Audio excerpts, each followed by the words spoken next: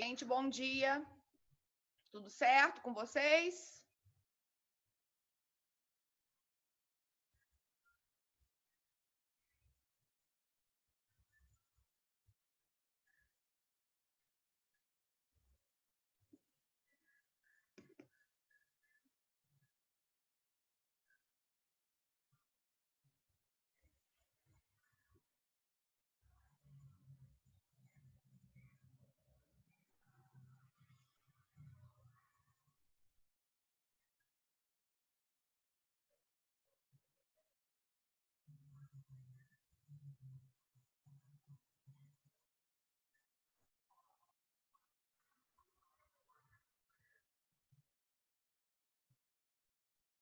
Bom dia. Bom dia, Rômulo. Gabriela também. Ah, enviou, Gabriela? Ontem eu vi que algumas pessoas já postaram lá. Deixa eu só tirar esse urso aqui, né, gente? Porque eu coloquei esse urso aqui no cenário, não tá muito legal. Deixa eu tirar isso. Compromete a idoneidade da minha aula. Pô, uma aula de penal com urso. Não dá, né? Gente, e aí? Como é que vocês estão? Ficaram mais tranquilos? Acharam que ontem foi bom a gente ter feito aquela simulação da prova para vocês ficarem mais tranquilos para encarar a maratona que vem aí a partir de quinta-feira? Ou não? Não adiantou nada. Porque depois eu vi, bom, depois de 5 horas, né, teve aquela reunião com a coordenação, eu entrei lá na reunião, o pessoal tava, eu vi que tinha muita gente, né? Pois é, a reunião com a coordenação tinha muita gente, estava difícil para conseguir tirar a dúvida, né? Mas eu acho que o mais importante mesmo era, de fato, testar, né? Ver como realmente funciona e acho que, no geral, pelo menos ontem eu tinha aula com a turma de vocês e com uma outra turma de quarto e quinto período, tudo funcionou muito bem. Então, o feedback que eu tive daqueles que se manifestaram foi positivo, né? Acho que o pessoal, no geral, se sentiu mais seguro, viu que o negócio funciona bem, que não tem maiores dificuldades, e o meu objetivo era realmente tranquilizá-los. Espero que, de alguma maneira, eu tenha conseguido. Eu já coloquei aquele vídeo lá no YouTube para, porventura, aqueles que não estiveram, né, presentes na aula de ontem, pelo menos pudessem acompanhar como é que é o mecanismo, né, de funcionamento disso tudo. Qual que é a dúvida? Todas as provas vão ter, sim, todas. É um padrão, tá? É um padrão, todas as provas de todas as disciplinas vão ter 5 objetivas e uma discursiva valendo o dobro, tá? Isso aí em todas. E aí foram aqueles outros pontos que... É porque realmente ontem, né, tinha muita gente, e aí o pessoal também vai entrando atrasado, começa a refazer pergunta que já foi feita, é difícil, reunião com muita gente. Mas é aquele esquema que eu já tinha esclarecido. Todas as provas vão seguir esse padrão, tá? Todas. Depois, aí voltando, na sub, que eu não recomendo, né, só em casos extremíssimos, nós teremos um valor de 10 pontos, tá? Já que não tem como, o trabalho não vai ser computado para quem fizer sub. E depois, porventura, se tivermos exame, quero acreditar muito que não, né? Que todo mundo vai estudar para caramba, porque todo mundo querendo ficar tranquilo. Mas se tivermos exame, aí o exame 10 pontos. Só que aí o exame a gente ainda não tem instruções de como será feita a distribuição desses 10 pontos. Aí nós vamos passo a passo, pouco a pouco, um dia de cada vez, né? Que é o que a gente mais escuta agora, um dia de cada vez. Pessoal, Então, na aula passada, quer dizer, na aula retrasada, na verdade, eu estava falando com vocês sobre concurso de pessoas, certo?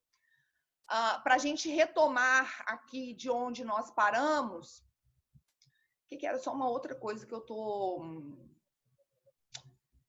Ai, gente, olha só, tô igual o menino. Vocês viram ontem o menino na reunião? O menino que chegou, eu quero fazer uma pergunta. A Aline abriu o microfone para ele, eu não consigo me lembrar, não consigo me lembrar.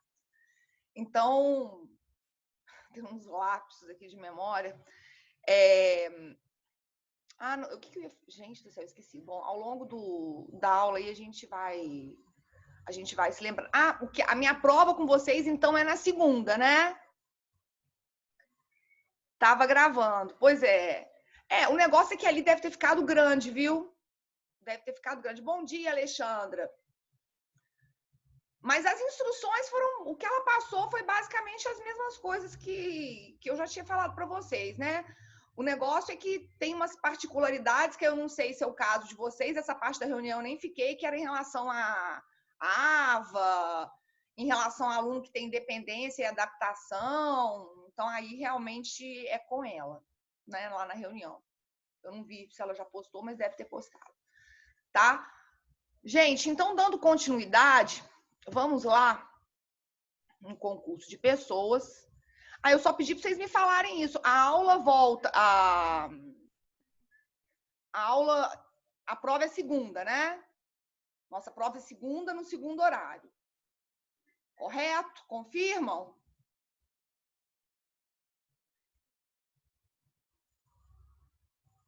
É isso mesmo? Isso, segunda, segundo horário. Tá. Agora, gente, depois na terça-feira eu vou precisar da aula, viu? Para eu terminar. Vamos lá. Me corrijam aí se eu estiver errada, mas eu acho que eu tinha falado para vocês, na parte de autoria, nós havíamos falado sobre o conceito unitário de autor e havíamos falado sobre o conceito extensivo de autor. Inclusive, eu disse que esses dois conceitos, na verdade, acabam levando a uma mesma conclusão, que é no sentido de limitar, né? A gente não entrou eu entrei no restritivo ou não entrei? Me falem, gente, porque são 3 turmas. Tem hora que eu confundo o que eu falei de um e o que eu falei de outro.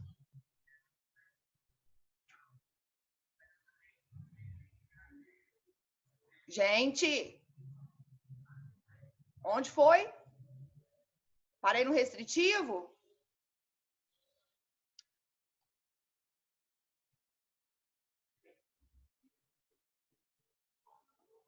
Foi no restritivo? Restritivo, né? Tá. Então, eu já havia antecipado que, na verdade, esse conceito, o que genericamente nós chamamos de conceito restritivo, é o que de fato será adotado para fins de se determinar quem é o autor da infração penal. Agora, vejam, a concepção, em linhas gerais, nós podemos falar que a concepção para fins de se determinar quem é o autor do fato é uma concepção restritiva, quer dizer, não serão todos aqueles envolvidos na prática criminosa que serão considerados autores. Mas, para que nós possamos determinar, enfim, quem é o autor, quem é o partícipe, nós precisamos conhecer essas teorias que se apresentam em relação à própria delimitação desse conceito restritivo. Então, segundo o conceito restritivo, que fique claro, não são todos envolvidos na prática criminosa que serão considerados autores. Nós temos uma primeira teoria, que é a chamada teoria objetivo-formal, que, em linhas gerais, ela acaba servindo, sim, acaba sendo o nosso primeiro paradigma para determinar quem é o autor. Segundo a teoria objetivo formal, o autor seria aquele que pratica a conduta núcleo do tipo, tá? Então, vejam, eu não lembro exatamente se eu havia dito, entrado nisso, né? Mas, enfim, vamos lá. O autor é aquele sujeito que realiza todos os elementos do tipo penal. Ele realmente pratica a conduta núcleo do tipo. De modo que o partícipe, depois a gente vai falar do partícipe, o partícipe, sim, ele tem uma atuação relevante para se causar aquele resultado, mas o partícipe não pratica as condutas núcleo do tipo. E aí nós podemos exemplificar de uma maneira bastante simples, mas que acaba sendo clara. Suponhamos que na prática de um crime de homicídio, eu tenha sido a responsável por efetuar os disparos de arma de fogo. E uma outra pessoa me auxiliou, me levando até o local e, em seguida, me ajudando a empreender fuga desse local. Vejam, segundo essa concepção restritiva, na vertente da teoria objetivo formal, quem será a autora? Eu sou a autora. Quem praticou a conduta núcleo do tipo matar alguém fui eu. Esse terceiro que me auxiliou, me levando até o local, me ajudando a empreender fuga, etc., ele seria partícipe, ok? Então, em regra, nós vamos nos valer, sim, dessa concepção que é a advinda da teoria objetivo formal, tá? É difícil a gente falar, às vezes, quando a gente pega alguns autores, tipo o Nutt fala expressamente, a teoria adotada foi a objetivo formal. Olha, a regra é, sim, pela adoção da objetivo formal. Contudo, nós vamos verificar logo aqui em seguida que nós temos situações nas quais, inclusive a jurisprudência dos nossos tribunais superiores, quando isso se mostrou necessário, a jurisprudência dos nossos tribunais superiores, assim como a doutrina também, mais abalizada, vai nos dizer que há situações em que nós teremos que aplicar a chamada teoria do domínio do fato. Agora, de qualquer modo, eu fiz essa observação aqui com vocês, mencionando a chamada teoria objetivo material, que preconiza o seguinte: para essa teoria, para objetivo material, o autor é aquele que contribui objetivamente para a conduta mais relevante.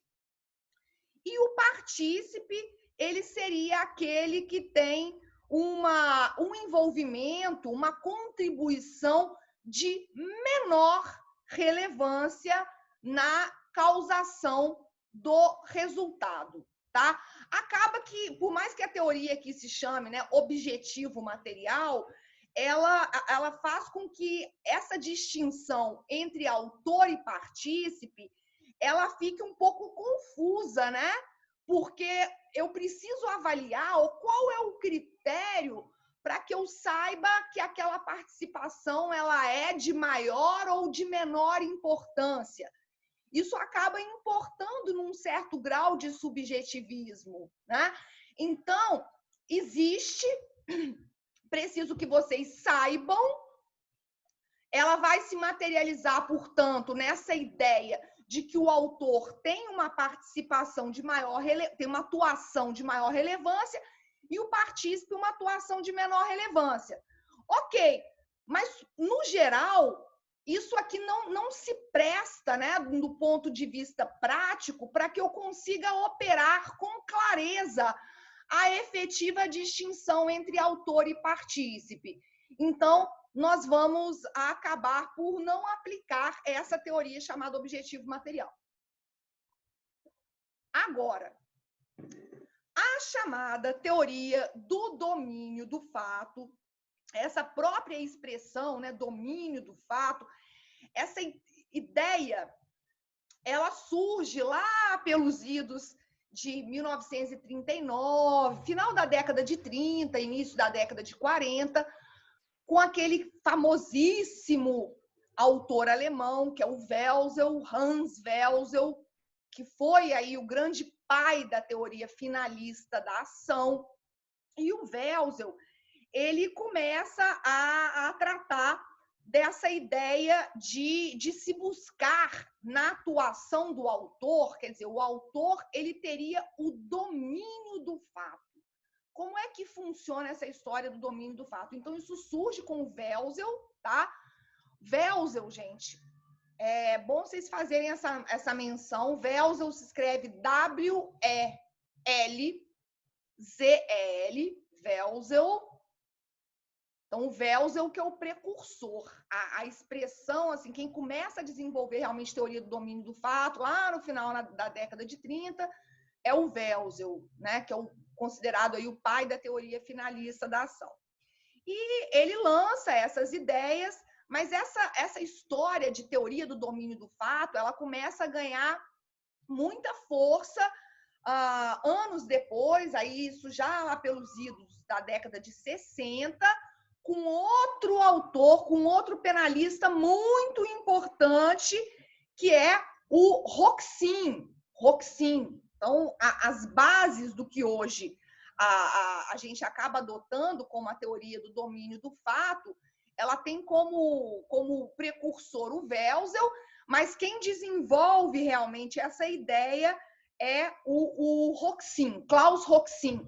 Roxin se escreve Roxin, tá? R-O-X-I-N. Então, o Roxin, ele vai desenvolvendo essa teoria do domínio do fato, e a base da teoria do domínio do fato, ela se pauta na ideia de que o autor, ele é a figura central do acontecer típico. Essa é uma expressão que ele usa, tá? O autor, ele é a figura central do acontecer típico. E aí nós vamos compreender isso. Eu tinha falado já para vocês, gente, agora eu não sei, porque teve uma outra turma que eu falei disso. Eu falei do Welsel, eu falei do Roxin. Aqui eu já tinha falado, eu estou repetindo? Me digam aí, só para eu não saber, só para eu estar ciente se eu, por acaso, estou repetindo ou não. Eu já tinha falado do Welsel, do Roxin? Não? Tinha falado, não? Tá, beleza, então. Bom, então como é que vai acontecer, como que a gente vai observar essa particularidade aí do autor como figura central do acontecer jurídico? Vejam só, essa teoria do domínio do fato, ela vai fazer sentido, né? Nós podemos aplicá-la em relação aos crimes comuns que sejam comissivos, lembrando, crime comissivo é aquele crime que é praticado através de ação, né? Então, a ideia é que a gente trata, ou faz sentido você levantar a aplicação, cogitar a aplicação da teoria do domínio do fato nos crimes comissivos dolosos, né? Nos crimes comissivos dolosos, tá? E a partir daí, vejam só, eu preciso que vocês anotem isso dentro da teoria do domínio do fato. Então, nós vamos aplicá-la. É possível a aplicação em relação aos crimes comissivos, que são crimes praticados por ação, dolosos. E como é que nós vamos avaliar aí o cabimento dessa teoria? Vejam, eu preciso que vocês coloquem 3 pontos. A teoria do domínio do fato, ela vai ter um desdobramento no seguinte sentido. Então, coloquem aí, dentro da teoria do domínio do fato. Domínio da ação. Domínio da ação. Então, eu tenho o domínio da ação. E aí, entre parênteses, coloquem autor imediato. Então, eu tenho o domínio da ação, entre parênteses, autor imediato. Eu tenho um segundo desdobramento, que é o domínio da vontade, coloquem entre parênteses, autor mediato. Depois eu vou explicar rapidinho aí cada uma delas, tá? Então, domínio da vontade. E aí, coloquem entre parênteses, autor mediato. E eu tenho um terceiro desdobramento, que é o que nós chamamos de domínio funcional do fato. Domínio funcional do fato. E aí, entre parênteses, coloquem autor funcional. Vou repetir. A primeira forma na qual eu posso observar a teoria do domínio do fato é domínio da ação, que nós vamos chamar de autor imediato, domínio da vontade, e aí, entre parênteses, vocês coloquem autor mediato. E a terceira forma pela qual eu posso verificar a aplicação dessa teoria é o domínio funcional do fato. Domínio funcional do fato. E aí, entre parênteses, vocês coloquem autor funcional.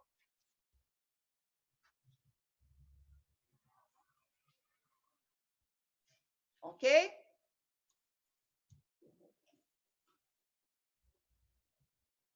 Nossa, gente, socorro, hein? Peraí, vou falar mais uma vez. Domínio da ação, entre parênteses, autor imediato.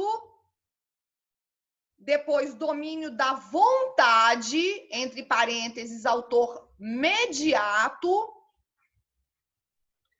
E depois, domínio funcional do fato, entre parênteses, autor funcional.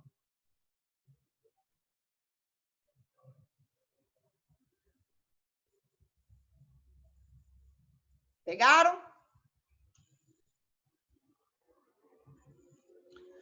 Bom, então, a teoria do domínio do fato, ela pode se dar dessas três formas. Qual seria essa primeira forma? Quando eu falo de autor de teoria do domínio da ação, no qual eu teria o autor imediato. Vejam, nessa primeira forma, nessa primeira acepção, vai se considerar o autor imediato, aquele sujeito que possui o domínio da sua própria ação. É aqui, nessa primeira concepção, o autor será aquele sujeito que realiza pessoalmente aqueles elementos do tipo, tá? Então, segundo a teoria do domínio da ação, eu vou considerar o autor imediato aquele que possui o domínio da própria ação. E quando eu falo domínio da própria ação, ai, Rainer, isso daí, ó, eu tô disponibilizando o roteiro, porque senão acaba que isso vira cursinho preparatório para concurso, né? Guias de estudo. Como assim guias de estudo do que a gente estudou? Guias de estudo é doutrina. As doutrinas indicadas, né? A gente não pode sair mastigando, fazendo apostilinha, materialzinho, isso daí é... Então, por exemplo, esse de tudo, porque eu não fiz de tudo, né? Eu não fiz de tudo. A gente começou a fazer isso depois que a gente não tinha possibilidade das aulas presenciais e a gente não tinha a opção de usar quadro, né? Ou lousa. Agora, o que nós tivemos de aula presencial a gente tinha esse roteiro em sala, né? Não prometerei, quer dizer, a essa altura do campeonato, gente, vocês não têm noção do tanto que eu estou trabalhando. E o que acaba acontecendo é que às vezes a gente tem material que é material que é feito para cursinho, e esse material que a gente faz para cursinho é um material que você tem direito autoral e que você vende os seus direitos autorais, então eu não posso sair disponibilizando. Então eu tenho que parar e fazer alguma coisa para vocês terem a referência, tá? Então, ambiente acadêmico, a galera tem que pegar o roteiro, a ideia é o que eu falei, tudo que eu fui falando em sala. Depois, quando a gente realmente partir para a aula online, eu passei a disponibilizar esses roteirinhos. Agora, antes disso, o roteiro era a aula, era o quadro, né? E aí vocês já sabem, porque vocês também foram meus alunos no semestre passado, que eu me pauto basicamente naquilo que eu falei em sala. Agora, vocês têm que realmente aprender a desenvolver esses múltiplos talentos de conseguir prestar atenção e anotar. Né? Isso daí realmente faz parte, galera, faz parte. O que foi disponibilizado? Isso foi disponibilizado através da representante de turma, através da Isabela. Eu mandei esses arquivos, né? Os arquivos de Word.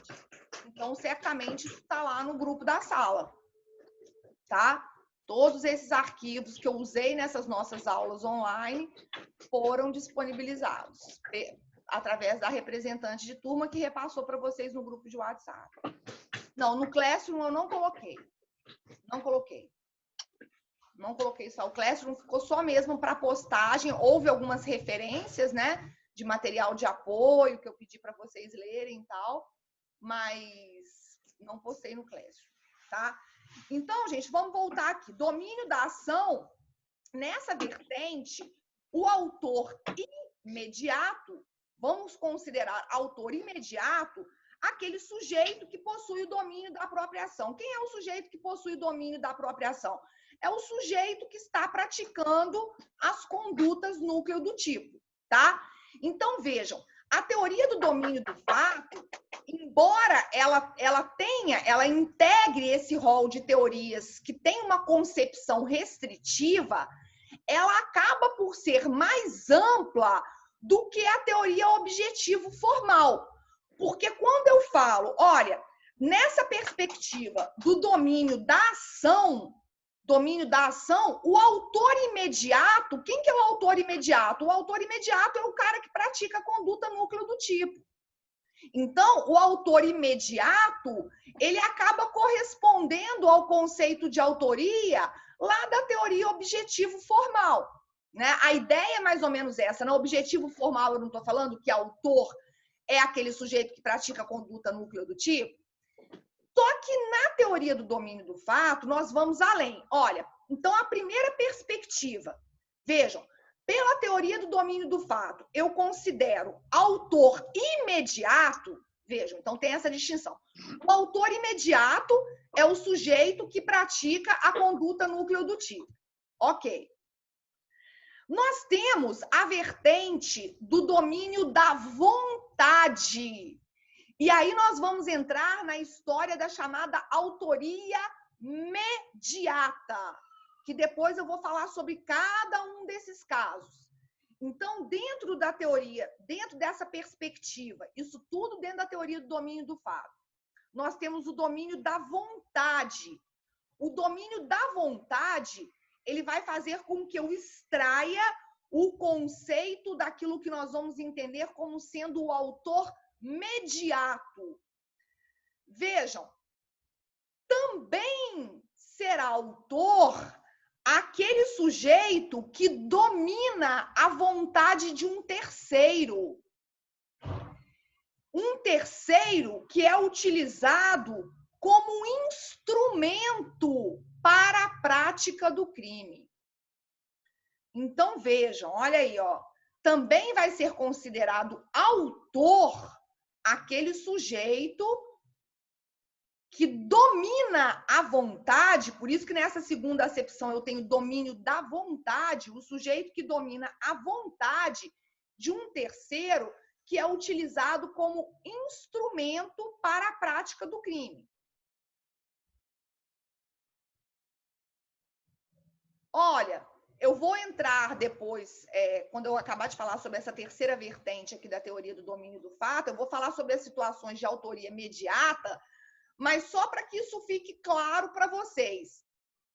Vamos imaginar que um sujeito, ele coloque um inimputável, por exemplo, em razão da idade, para que esse inimputável seja o responsável pela prática de uma determinada ação criminosa. Vejam, esse sujeito que não praticou as condutas núcleo do tipo, ele não praticou, ele não é autor imediato. Ele não é autor imediato, na concepção da teoria do domínio do fato. Mas ele será autor mediato, porque uma das hipóteses de caracterização da autoria mediata é exatamente o sujeito se valer da inimputabilidade do executor. Por quê? Pensem bem, se eu fosse adotar simplesmente a teoria objetivo formal, eu não conseguiria colocar aquele sujeito que é imputável e se vale de um inimputável para a prática do crime, eu não conseguiria enquadrá-lo como autor. Porque na teoria objetivo formal, o sujeito necessariamente teria que praticar as condutas núcleo do tipo. Então, a teoria do domínio do fato, por mais que ela seja uma teoria também de conotação restritiva, ela é mais ampla do que a teoria objetivo formal, tá? Ela alarga o âmbito da caracterização da autoria. Eu consigo colocar mais pessoas como autoras do fato, tá? Então, na primeira acepção, pela teoria do domínio do fato, eu vou considerar autor, no caso aí, autor imediato, né? Por essa vertente que nós chamamos de domínio da ação, aquele sujeito que efetivamente praticou as condutas núcleo, e eu também vou considerar como autor o chamado autor mediato. Por quê? Porque o autor mediato, ele tem o domínio da vontade, tá? É aquele sujeito que domina a vontade de um terceiro que acaba sendo utilizado como um instrumento para a prática do crime. Depois eu vou falar mais de autoria imediata, porque é um ponto importante. E, por fim, essa terceira vertente de manifestação da teoria do domínio do fato, ela diz respeito àquilo que nós chamamos de domínio funcional.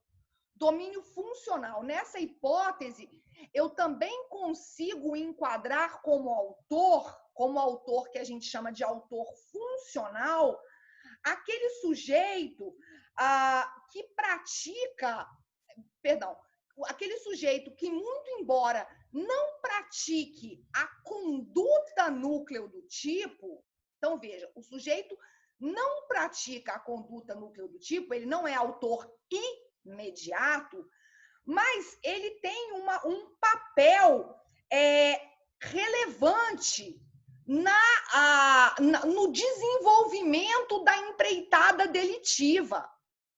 O sujeito, ele exerce um domínio funcional sobre aquela prática delitiva, tá?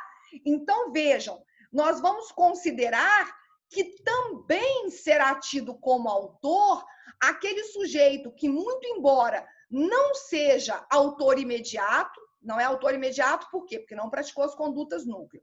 Não é autor mediato, porque não se valeu de um terceiro como instrumento, só que esse sujeito, embora não tenha praticado as condutas núcleo do tipo, ele exerce um domínio funcional sobre a prática delitiva. Olha, muito comumente, para que a gente fale dessa autoria funcional, nós temos uma divisão de tarefas bem elaborada, e aquele sujeito é um dos responsáveis pela elaboração desses papéis a serem desempenhados na prática delitiva. Pensem, por exemplo, nesses casos de crimes que são cometidos por organizações criminosas, né, por essas facções criminosas, de onde, muito corriqueiramente, a ordem parte de dentro do estabelecimento prisional, tá? Eu tenho os sujeitos que aqui fora irão executá-la. Olha, parte uma ordem de um chefão do tráfico que está dentro de um estabelecimento prisional e ele articula como vai se dar essa operação. Olha, vocês vão se dirigir a tal lugar, vocês vão colocar fim, dar cabo à vida do fulano, vocês vão incendiar tal local. Então, vejam só, aqueles sujeitos, aqueles criminosos aqui do lado de fora, que estão efetivamente colocando a mão na massa, que estão praticando as condutas núcleo, eles são autores imediatos. Agora, quando eu adoto a teoria do domínio do fato, nessa vertente do domínio funcional, eu consigo também colocar como autor aquele sujeito, por exemplo, o chefe da facção, que foi o idealizador de todas essas condutas criminosas. Certo? Então, sob essa ótica, existe sim uma importância grande da adoção da teoria do domínio do fato, porque você consegue atribuir essa responsabilidade central, e que de fato é decisiva, né? Porque, como o próprio nome diz, aquele sujeito, muito embora não tenha praticado a conduta núcleo, ele tem o domínio funcional do fato, tá? Então, essa teoria é muito importante. Quando a gente vai estudar concurso de pessoas, corriqueiramente, essa questão de você compreender essas vertentes, como é que vai se dar? E a gente enxergar, né? Olha, sim, na primeira acepção, o autor imediato, isso é tranquilo, o sujeito que está lá praticando as condutas núcleo do tipo. Aqui na teoria do domínio do fato, aquele que pratica conduta núcleo do tipo, ele é autor, ponto. Só que ele é chamado de autor imediato. Eu posso ter também o autor mediato, que, como eu esclareci para vocês, é aquele sujeito que não pratica conduta núcleo do tipo, mas se vale de um terceiro como instrumento. E mais, eu também terei como autor aquele sujeito que detém o domínio funcional da prática delitiva. Ele também não praticou as condutas núcleo do tipo, mas é ele, ou pode vir até a ser mais de uma pessoa, que detém todo o domínio funcional sobre a prática daquela empreitada criminosa, tá? Então, essa vertente aí do domínio funcional, ela acaba se manifestando comumente quando nós temos delitos praticados por organizações criminosas com divisão e atribuição de tarefas. Inclusive, estou pegando o exemplo assim mais direto, né? Do crime organizado, do cara que pertence a uma facção. Rômulo, excelente. O Vinícius também já tinha falado isso. Exatamente. O professor da Casa de Papel, olha só, né, gente? Gozado, que eu não tinha pensado nisso. Exatamente. Por quê? Lógico que depois o professor da Casa de Papel acaba praticando alguns crimes ele mesmo, ele põe a mão na massa, né? Mas se nós formos pensar na série, né, na La Casa de Papel, lá na Casa de Papel, o que acontece? O professor, ele é o idealizador de tudo. Aqui, quando eu falo do domínio funcional do fato, qual que é a ideia? Aquele sujeito, o professor, ele é o mentor de tudo, né? Ele é o mentor de tudo. É ele que dá as ordens, é ele que fala o que se vai, o que não se vai fazer. Foi ele quem articulou aquilo tudo. E se nós simplesmente adotarmos, em linhas gerais, por exemplo, a teoria objetivo formal, em relação a esse grande roubo, lógico que depois lá na Casa de Papel a gente tem diversos crimes, né? Mas pelo menos em relação ao roubo, o professor, ele seria partícipe. Se a gente adotar a teoria objetivo formal, o professor seria partícipe. Né? O professor ele não praticou a conduta núcleo, ele não foi até o local, ele não efetuou a subtração dos valores, ele não rendeu aquelas pessoas que estavam ali dentro. Então, a teoria do domínio do fato, ela surge exatamente para possibilitar a responsabilização a título de autoria para aquele sujeito que, muito embora não tenha praticado a conduta núcleo, ele tem o domínio funcional do fato, tá? E, inclusive, vale destacar que houve uma das primeiras vezes em que a gente viu essa adoção de maneira bem explícita. Tem alguém com o microfone aberto aí, ó, que tá dando uma chiada. A Alexandra. Deixa eu te desativar aqui, Alexandra. Ô, gente, Iago, você tá ouvindo? Porque o Iago aqui aparece para mim que ele tá conectando ao áudio desde o começo da aula. Conseguiu conectar ou não conseguiu? Porque para mim tá conectando desde o começo da aula. Então, gente, muito bem lembrado. Mas vejam só, o Supremo Tribunal Federal, ele, na ação penal ficou famosa, né? A ação penal 470, que foi a ação penal instaurada para apurar não, né? Para processar já, no caso, o chamado mensalão, o primeiro mensalão aí público, né? Que a gente teve, que mensalão acho que já existe desde que o Brasil foi descoberto. Mas vejam só,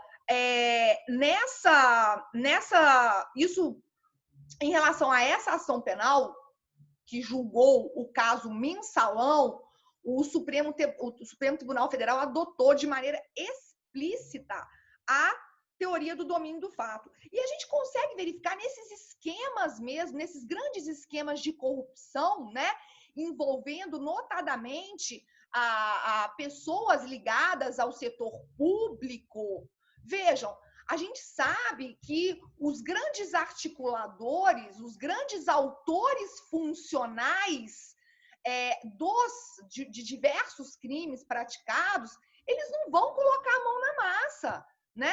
Eles não vão colocar. Pode escolher qualquer uma na hora de julgar? Não, a questão é a seguinte, você tem que ter uma justificativa, não é qualquer uma, tá? Depende da situação. Tem situações, Rômulo, em que é muito clara a necessidade. Você simplesmente tem lá um homicídio que foi praticado, um homicídio básico, né? Olha, a pessoa foi lá, matou, teve o auxílio de algumas outras, um emprestou a arma, o outro... Nessas situações, assim, sem maior grau, na criminalidade, sem maior grau de organização, a gente vai acabar aplicando essa ideia básica da teoria objetivo formal. E por isso foi que o NUT, inclusive, lá ele fala expressamente, adotamos a objetivo formal. Só que há outras situações, e aí é caso concreto, há outras situações nas quais a não adoção da teoria do domínio do fato vai fazer com que aquele sujeito ou aqueles sujeitos que são importantíssimos na prática criminosa, eles acabem sendo considerados partícipes, né? E aí, não que o partícipe não vá ser punido, mas como o próprio nome diz, o partícipe, ele é uma figura acessória, né? Ele é uma figura acessória. Então, depende da infração penal em questão, tá? Quando nós temos essas teias criminosas bem elaboradas, bem articuladas, nós vamos adotar a teoria do domínio do fato para conseguir enquadrar esses sujeitos como autores. Agora, lógico, né, gente? O juiz, no caso concreto, é que vai optar por uma ou por outra. Agora, na prática, os tribunais hoje são muito tranquilos em adotar a teoria do domínio do fato. Exatamente, o partícipe é o peão, tá? O partícipe é o peão. Olha, tem muitas situações, gente, se vocês forem pensar, essas situações de pessoas que contratei um matador profissional. Olha, eu contratei, eu articulei, eu montei tudo, quero matar aquela pessoa, vou contratar um matador. Quem que Quem pratica a conduta núcleo do tipo? É o matador, né? É o matador. Agora, eu, que sou aquela velha história, aquele que a gente chama de mandante. Se eu adoto simplesmente a objetivo formal, o mandante, se a gente for pensar numa perspectiva de análise da culpabilidade, a conduta do mandante ela é uma conduta ainda mais reprovável. O mandante está pagando, o mandante está articulando, o mandante, ele seria partícipe, né? O mandante, ele seria partícipe. Então, a gente, inclusive, verifica em muitos casos. Então, lógico, o que eu quero que vocês entendam é o seguinte: o fato de eu falar que o sujeito vai ser partícipe não significa que ele não vai ser punido. Lógico que ele vai ser punido. Mas, naturalmente, o próprio nome, né, autoria, coautoria, designa um envolvimento mais relevante. Então, a teoria do domínio do fato, ela é importantíssima para que eu consiga categorizar essas pessoas como autoras. Agora, vejam, e sobretudo, se eu não adotar a teoria do domínio do fato, eu também não consigo enquadrar como autor aquele sujeito que é o autor mediato. Como que é essa história do autor mediato, nessas situações de autoria imediata, que também representam um dos desdobramentos da teoria do domínio do fato? Já que eu falei que, com base na teoria do domínio do fato, nós poderemos ter 3 tipos de autor: o autor imediato, o autor mediato e o autor funcional, tá? Nessa concepção da autoria mediata, vejam só, até deixem isso anotado, porque a autoria mediata, muito corriqueiramente, a gente fala que o autor... Quem seria o autor mediato? O autor mediato é o homem de trás. Isso, hoje em dia, aparece muito em prova. O autor mediato, ele é o homem de trás. Lembrando que o sujeito, ou o homem de trás, podem colocar entre aspas essa expressão, tá? Homem de trás, lembrando que esse de trás se escreve separado. Homem de espaço trás, com S, tá? Então, vejam só, vai se considerar autor mediato ou homem de trás aquele sujeito que utiliza uma pessoa que atua sem dolo. Então, anotem aí. Então, eu vou considerar autor mediato aquele que utiliza uma pessoa, um terceiro, que atua sem dolo, que atua sem dolo, ou de forma não culpável. Então, o sujeito atua sem dolo ou de forma não culpável. E aí, de forma não culpável, coloquem entre parênteses, agente inocente. Coloquem isso entre aspas. Tá? Depois, de forma não culpável, coloquem entre parênteses e dentro desses parênteses, entre aspas, agente inocente. Como instrumento para a execução do fato. Como instrumento para a execução do fato.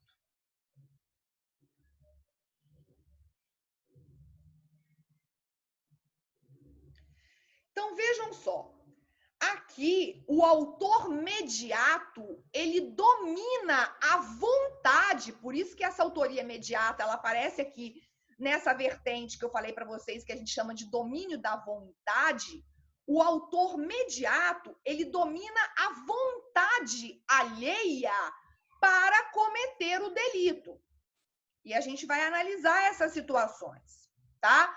Então, ele domina a vontade alheia para que ele possa cometer o delito.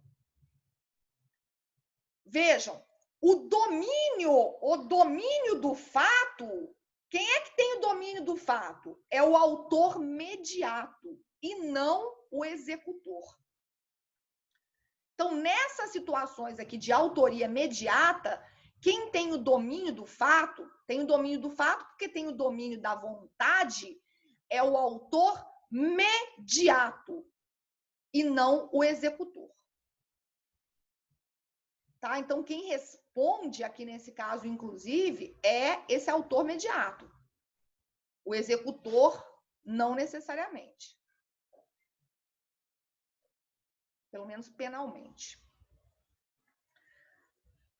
Bom, vamos então analisar aqui essas situações que eu descrevi como situações nas quais nós teremos a caracterização da autoria mediata. A primeira situação de autoria mediata é aquilo que nós chamamos de inimputabilidade do executor.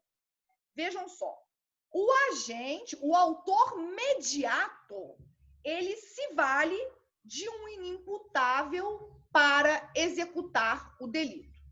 Então, vejam, ele determina que um inimputável ele execute o delito. Lógico, gente, que tudo isso tem que ser objeto de prova, né? Mas a gente está estudando aqui essa parte teórica.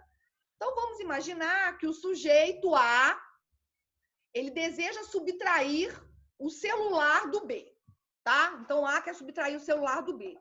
Só que o que ele faz? Ele se vale de um inimputável em razão de doença mental. Tem um conhecido dele que é completamente louco. O cara não tem a potencial consciência da ilicitude do fato, então ele é inimputável em razão de doença mental. E aí o A dá o comando, fala com o sujeito, olha, vai lá e subtraia esse celular do sujeito B e me entregue esse celular. Vejam, o A, ele não é executor. O executor é o inimputável, que obedeceu a esse comando, né? Que obedeceu a esse comando. Então, nesse caso, vejam só, o A, que é o autor mediato, ele será responsabilizado penalmente como tal, como autor, tá? Essa é uma das hipóteses de autoria mediata. Você se valer de um terceiro inimputável que executa a prática criminosa. Lógico que depois, dentro do processo, essa inimputabilidade, para eu comprovar essa autoria imediata, eu vou ter que fazer essa prova da inimputabilidade desse sujeito, do qual ele se valeu, tá? Mas essa é uma situação que, conseguindo se fazer essa prova da inimputabilidade do terceiro, você consegue atribuir a autoria àquele sujeito que não praticou, de fato, a conduta núcleo do tipo, tá? Essa é uma das situações clássicas de caracterização de autoria imediata. É o sujeito se valer de um terceiro inimputável para a prática da infração penal. Segunda situação que nós estudamos agora há pouco, que é a coação moral irresistível. Olha, na coação moral irresistível, vocês se lembram lá do exemplo do gerente de banco? O gerente de banco que teve a sua família, a família do gerente de banco está na mira de uma arma de fogo e o criminoso ou os criminosos vão falar para o gerente, olha, abre o cofre e passa o dinheiro. E o gerente, ele efetivamente, ele pratica as condutas núcleo do tipo, né? Ele efetua essa subtração, ele está subtraindo coisa alheia móvel, o dinheiro do banco não é dele. Agora, esse sujeito que agiu sob coação moral irresistível, ele não será responsabilizado penalmente. A gente viu que, nesse caso, é uma hipótese de inexigibilidade de conduta diversa, né? Olha, a princípio, lembra que eu falei lá atrás sobre questão de crime culposo e de crime doloso? Eu ainda falei, não se pode cogitar de participação dolosa. Olha, depois eu vou fazer a princípio, tem algumas modalidades, depende, eu não posso, em geral, para te responder, em geral, a gente vai poder ter o concurso, a regra é você enxergar concurso em crime doloso, tá? Crime doloso.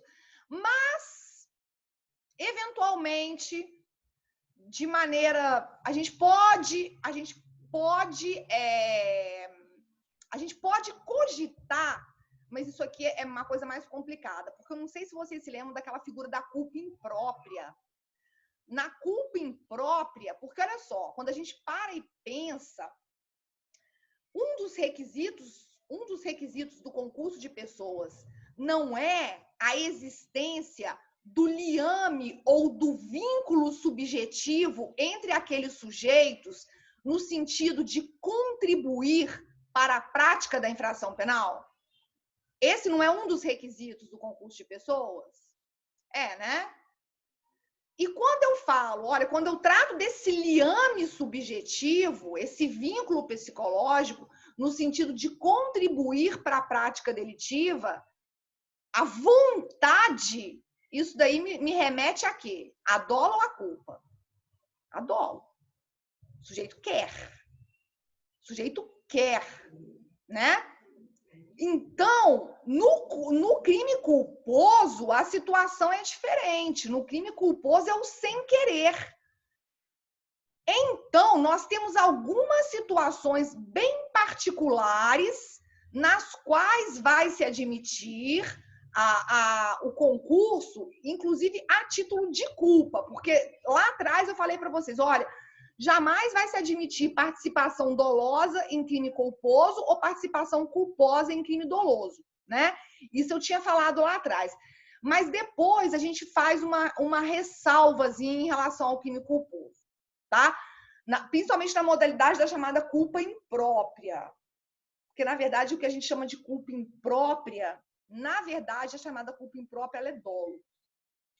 Mas, porque quando a gente começa a tentar conceber, vejam só, é bem difícil você imaginar, olha, vamos pensar uma situação que, se a gente conseguiria responsabilizar o sujeito ou não, porque, olha só, olha que complicado, imaginem que eu estou de carro com um amigo, e esse meu amigo, eu estou ali de carona com ele, e esse meu amigo está dirigindo em alta velocidade. Tá? O meu amigo está dirigindo em alta velocidade. E eu não falo nada. Tô lá tranquila, tá legal. Tô ali com ele, uhul, vamos lá, deixa eu ver. E aí, esse sujeito, ele atropela uma pessoa e mata. Ele praticou homicídio culposo. Eu, carona do carro, eu vou responder por esse homicídio culposo como partícipe, porque eu não fiz nada?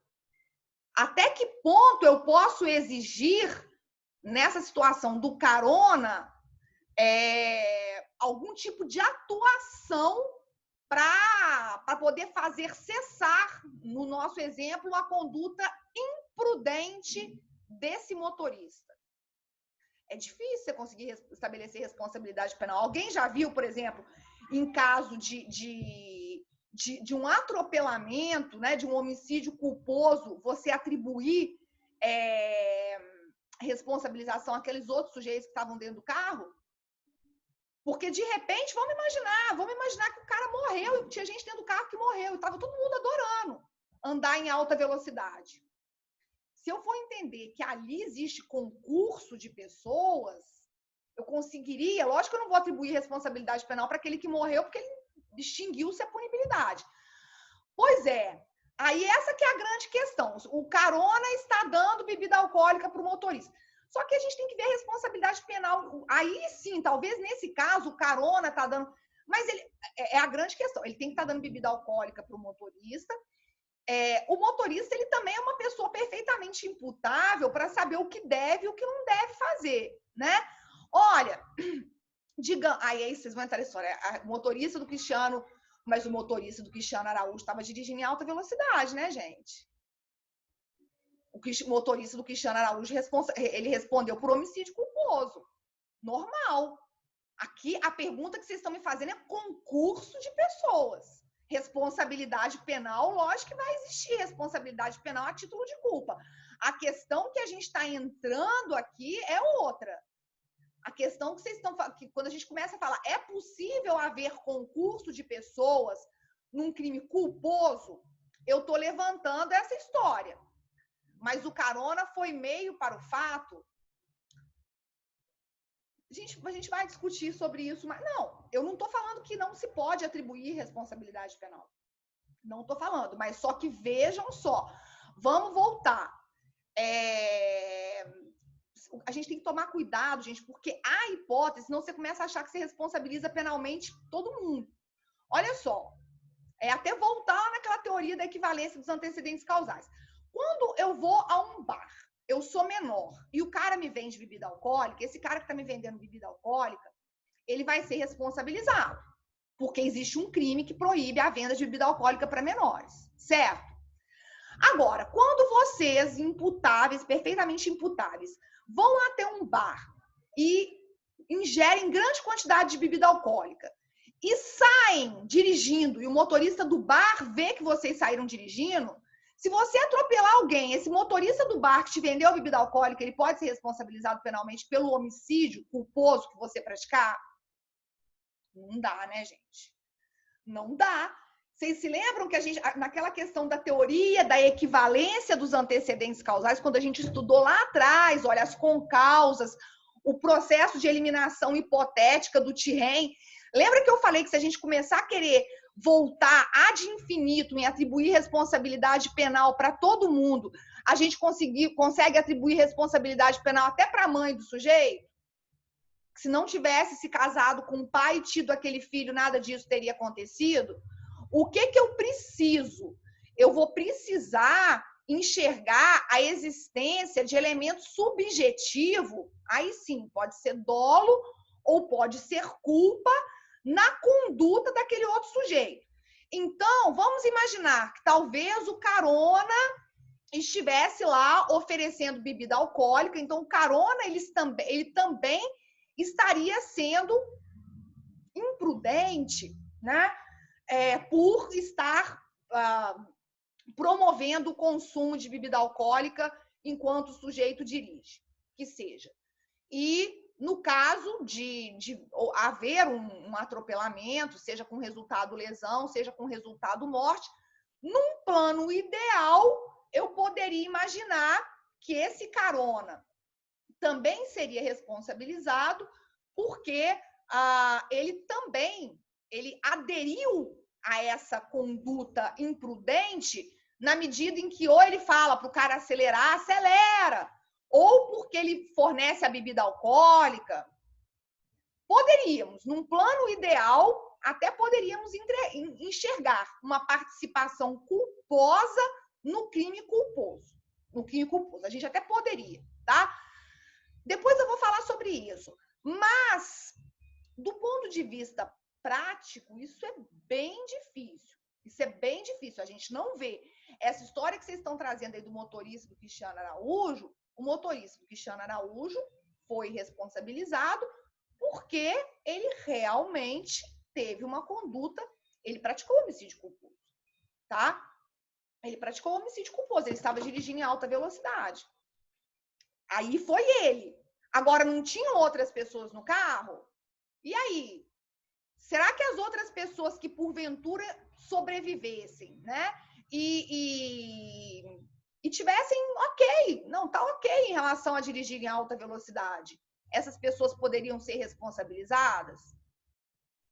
Em tese, quando a gente começa a falar que todo mundo que está ali dentro do carro está curtindo andar em alta velocidade, essas pessoas poderiam, então, ser tidas como partícipes desse homicídio culposo, tá?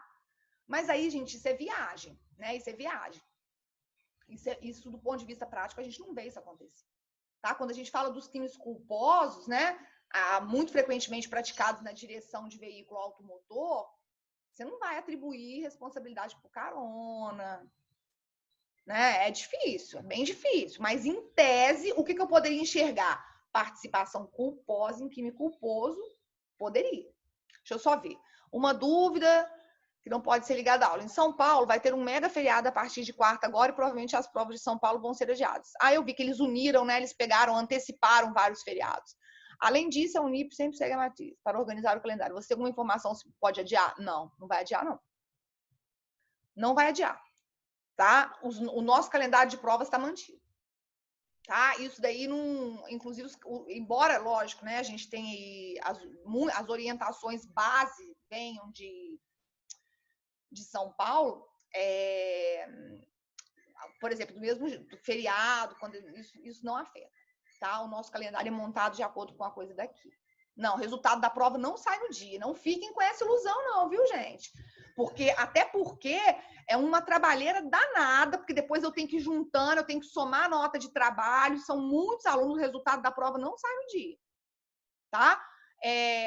O que vai acontecer? Provavelmente a gente tenta na outra semana, vocês vão fazer prova na segunda, então na terça, não pensem que eu vou corrigir, que eu vou conseguir corrigir de segunda para terça, é impossível, até porque eu estou lotada de prova. Na outra semana, provavelmente eu consiga soltar esses resultados, tá? E na aula seguinte, eu preciso terminar aqui o concurso de pessoas, ok? Para a matéria da prova, já que a Alexandra estava perguntando aí atrás, vejam só, eu vou colocar a matéria da prova até a parte de teoria sobre o concurso de pessoas. Não vou colocar autoria. Matéria toda até concurso de pessoas, essa parte de teoria sobre o concurso de pessoas.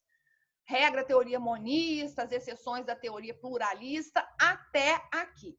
Até esse tópico 3. Tá certo? O trabalho postado precisa estar em PDF? Sim, precisa estar em PDF. Eu tenho até que esclarecer isso, porque tem umas pessoas que tiraram umas fotos, mandaram uns negócios lá medonhos. Não sei se foi na sala de vocês, não, mas eu tive dando uma olhada ontem, uns negócios medonhos que ainda precisa ser em PDF. Tá? Porque depois eu tenho que juntar cada um desses trabalhos e remeter tudo para ficar arquivado lá para o e-mail em São Paulo. Tá? Então, gente, não percam esse prazo do trabalho. Olha que eu dei um prazo até maior. Acho que a maioria do pessoal, manuscrito, tá? Então, você vai escanear ou digitalizar, ok? Até dia 25. Eu dei até um prazo maior, mas se vocês já tiverem feito isso, postem, porque eu já vou conseguindo corrigir. E aí isso facilita, né? Eu consigo lançar isso daí eu não sei, gente. Esses detalhes tecnológicos aí do Android, do iOS, pode ser em folha de caderno, Alexandra, sem problema, tá? Pode ser, não tem problema. Até porque geralmente muita gente me apresentou assim, tá? Não tem problema, ok? Mais alguma dúvida? Estão tranquilos, gente? Olha só, são poucas questões, né? São 5 questões, até para eu poder dividir isso daí vai ficar 5 questões. Olha, uma outra questão que bem ou mal facilita muito, porque geralmente nas minhas provas eu coloco 5 alternativas em cada múltipla escolha. Dessa vez a gente adotou o padrão de 4. E a questão... cadê a Renata? Renata, tá aí? Renata, ontem, depois da aula de vocês, eu tive aula com o pessoal das ciências da computação, e aí eu perguntei para eles... A Renata tá aí? Deixa eu ver. Eu perguntei para eles quanto que seriam os 600 caracteres. Lembra que a gente falou ontem disso? Que a gente estava nessa dúvida?